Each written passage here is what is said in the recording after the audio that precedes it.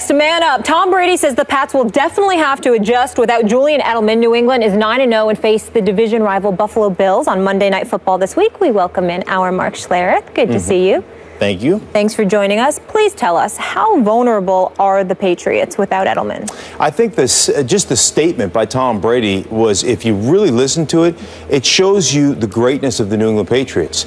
Basically saying you're just not going to plug somebody in to take his role, but we're going to do what we do with the guys that we have and put them in positions, not the Julian Edelman position. So many teams think that, hey, we're going to plug in, Danny Amendola, and we're going to have you do what Julian Edelman does. No, you're not, because Danny Amendola can't do what Julian Edelman does. That guy in the slot is an absolute freak show, and I'm talking about Julian Edelman. He's nasty.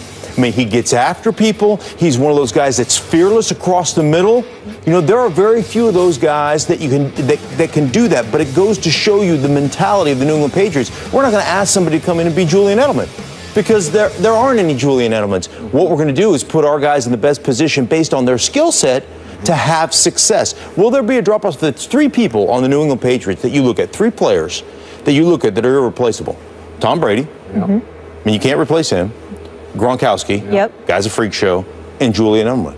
So they have lost a large portion of what they do on the offensive side of the ball as far as keeping the chains moving and staying in front of the chains. Julian Edelman did that, and he got the tough, nasty yards for them. And he was, at the wide receiver position, and you don't say this about very many guys, he is one of those guys that sets a tone for their offensive football team from just a pure nastiness standpoint. That's Julian Edelman. They're going to miss all those factors about him. Yeah, I agree. So more vulnerable than, are you saying they could lose a game down the stretch? Oh, sure. Yeah.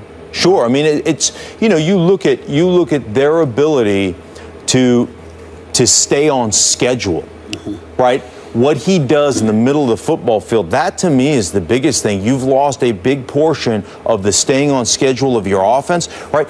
Being in 3rd down and 2, we can live there all day long. We can convert. We've got a myriad of different plays that we can run in 3rd and 2. You're in 3rd and 8 because Julian Edelman isn't across the middle of the ball for you. That's a different story. And when you lose that aspect of your offense, there's very few guys. Like, not everybody is as tough as Julian Edelman. Not everybody is as nasty as Julian Edelman. There are some guys that lack some of that mental toughness to do the things that he does. And I'm not saying they're not tough individuals. You don't play in this league if you're not a tough individual, but they're not the same. They're not cut from the same cloth that Julian Edelman is. That guy is a bad dude now. Okay. Let me say this. Please. First things first, question. Julian Edelman, is he out? How long? Well, we don't know. I mean, he could come back for the playoffs, but he's out for a significant amount of time. The Jones fracture, and it's a bad injury, and there's a chance he won't come back at all. There's a chance. Remember, Dez rushed back, and Dez is missing practice this week with foot. So I'm assuming his foot is still aching. Okay. Minimum 6-week injury. All right, minimum 6 week injury. Yeah, but they say it's a 3-month recovery. That's what all the surgeons say. Minimum 6-week injury. I'm thinking it's Julian Edelman, who's a bad you-know-what, and you take that into account along with the fact that you've got 7 games to go, and of course there's always the bye week, that is the playoffs, because you'll have one of the top seeds in the conference. So we're talking about close to 9 weeks that Julian Edelman will have. I'm predicting he's going to be back. Having said all of that, let's analyze this. Last time I checked, you actually have to play somebody. So I have to take the competition into consideration when I think about the loss of Edelman. Certainly, he hinders you offensively if he's out of the lineup because you rely on him, those 3 guys that are invaluable. You still got 2 of them, in Gronkowski and Brady. Okay, Brandon LaFell is still up in there. Danny Amendola might be able to do some things for you. You lost Deion Lewis, but LeGarrette Blount is no slouch. And we're talking about the Patriots organization, who is the creme de la creme. They are just elite. They're very, very thorough at what they do. No question about it. And it can't be disputed. Now let's analyze who they're going up against. This week, they're going up against the Buffalo Bills. Stephen Gilmore stupidly talked about how they'll be ready for the Patriots. Just gave them bulletin board material, opened his mouth. The Buffalo Bills going to pay for that. We know that's coming. After that, you got the Denver Broncos. Osweiler's your quarterback now, not Peyton Manning. I'm sorry, I don't believe for 1 second that Brock Osweiler is going to beat the New England Patriots. I just don't see it. I don't see it happening. The Philadelphia Eagles. Well, Mark Sanchez might be the quarterback there, or Sam Bradford, not Bradford. I think that's a win. And then we got the Houston Texans. Oh my goodness, I'm so touched. They got Brandon Whedon now. Did you see the news? Did you see the news, Larry? I mean, it's Brandon Whedon now. They got a quarterback now, according to Jerry Jones. So that three is. backups. You remember Brandon Whedon, the guy that Jerry Jones said, boy, could he really throw a football? Right. And then weeks later, you cut him. Okay, you let him go. All right. So we all know about. You're saying they've cornered the market on backup quarterbacks in Houston. Exactly. Okay. Nobody has more backup quarterbacks than the Houston Texans. So we got that. The next contest on the list is the Tennessee Titans. Do you want me to start laughing a little bit too early? I mean, just stop it. So then we get to the New York Jets. That could be very interesting because we had that.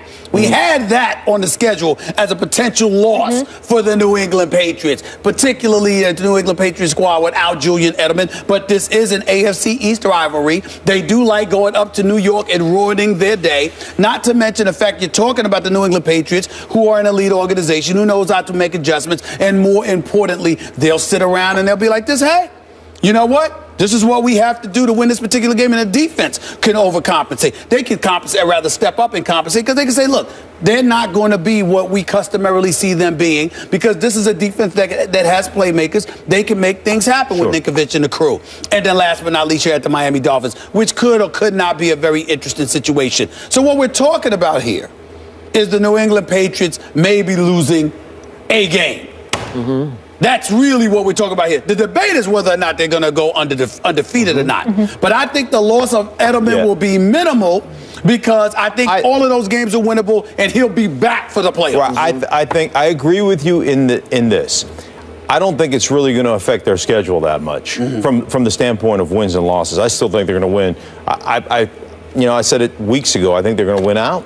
But it's certainly. You think they're going to go undefeated? Yeah. Okay. Yeah. Okay. But it certainly hinders that process to some degree. And then, from the standpoint of what kind of chemistry, what do you have coming back when he does, and if he's healthy? So there's some question marks there. They're still, in my mind, the best team in the National Football League. From a coaching standpoint, from an execution standpoint, you just go back to the Giants game, just from a management of the clock and the situation standpoint at the end of the game, they're the New England Patriots. There's a reason why they win. There's a reason why they're better than everybody else, because they're smarter and they out-execute everybody else. That's what it comes down to. By the way, Buffalo can back up Gilmore's mouth. Trust me. Think so? That team is coming together and coming on. This will be a battle on Monday night. I will bet you it will go to the wire. Really? Tyrod put up 32 on New England's defense at Buffalo. I cannot tell you how shocked I am to hear you say that. Well, I actually really thought that once you heard Gilmore opened his mouth. I'm shocked to hear you say that. Good. I hope you're right, because I don't feel like seeing a blowout. But I don't know. I don't know. So back to the question. I still believe New England will win out in the regular season, because Tom Brady is playing at the highest level I have ever seen any quarterback play at consistently. He's in some other place right now that no one's ever been in. I'm not saying he's the greatest quarterback ever. That's still Joe Montana. But no one has played at this level this long through a whole season. But this offense will definitely not be as explosive. Deion Lewis was a difference maker. Yes. They lost Shane Vereen to your New York Giants. He was a difference maker for them, even in the Super Bowl. Go look at the numbers Shane Vereen put up. This was maybe even beyond Shane Vereen, because Deion was a little quicker, a little more elusive, a little more explosive. That's a huge loss. You already talked about what a freak show Edelman is. That's a huge loss. It took Danny Amendola a long time to earn Tom Brady's trust, because he's not the typical Patriot. He's a little brittle and hasn't played with the guts some of the other that Edelman has played with. But he does have better hands than Edelman. That's the one thing I don't love about Julian. Didn't have great hands. Amendola will make big catches at big moments, and I think he has earned the trust. He just doesn't do it the way this guy does it. But he is slippery, and he did make a hellacious spin move to get them in field goal position the other day against your Giants. So the offense won't put up the same kind of points. It won't be as explosive. The games will get closer, but I still say if you have Brady, you're good. That he'll win these games different ways. With the tight end, Scott Chandler's going to have to play a bigger role. You know, it's amazing watching how many 2 tight end, 3 tight end formations they came in. That's right. And, you know, got this on Twitter, the Patriots fans, their offensive line, it's Yahtzee. Right? Just throw it out there. 2 or 3 of them are returning, though, right? Well, here was what was supposed to be back. They're last week. This was one of the most amazing things for me last week. Their backup left tackle gets hurt.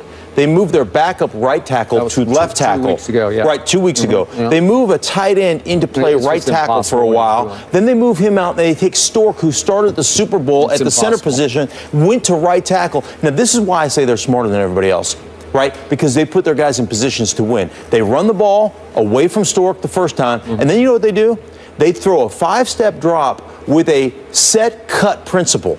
So they're saying the ball's coming out of Tom Brady's hands. You don't have to hold up for very long. What we want you to do is set and then go cut. I mean, he almost cut this guy in half on the first pass, bro. 2.5 seconds, the ball's the first pass, bro. He's in and saying we're going to set the tone for you and give you an opportunity, even though you're playing out of position, to have success. It may not be pretty, but you're going to have that opportunity. That's coaching. Last comment.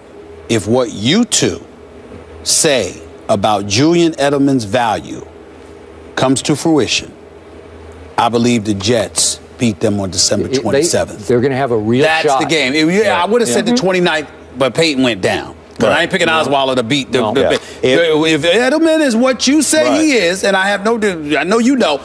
I'm telling you right now, I think the Jets have a chance to knock the Jets. The Patriots come in there 14-0.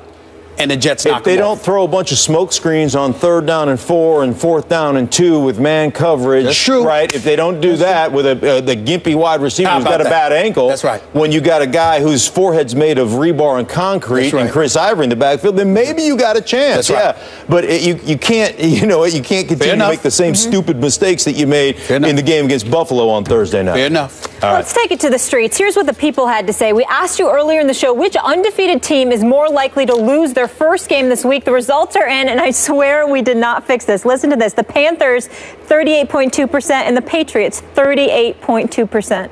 That's unbelievable. Okay, I was more excited than you guys, whatever.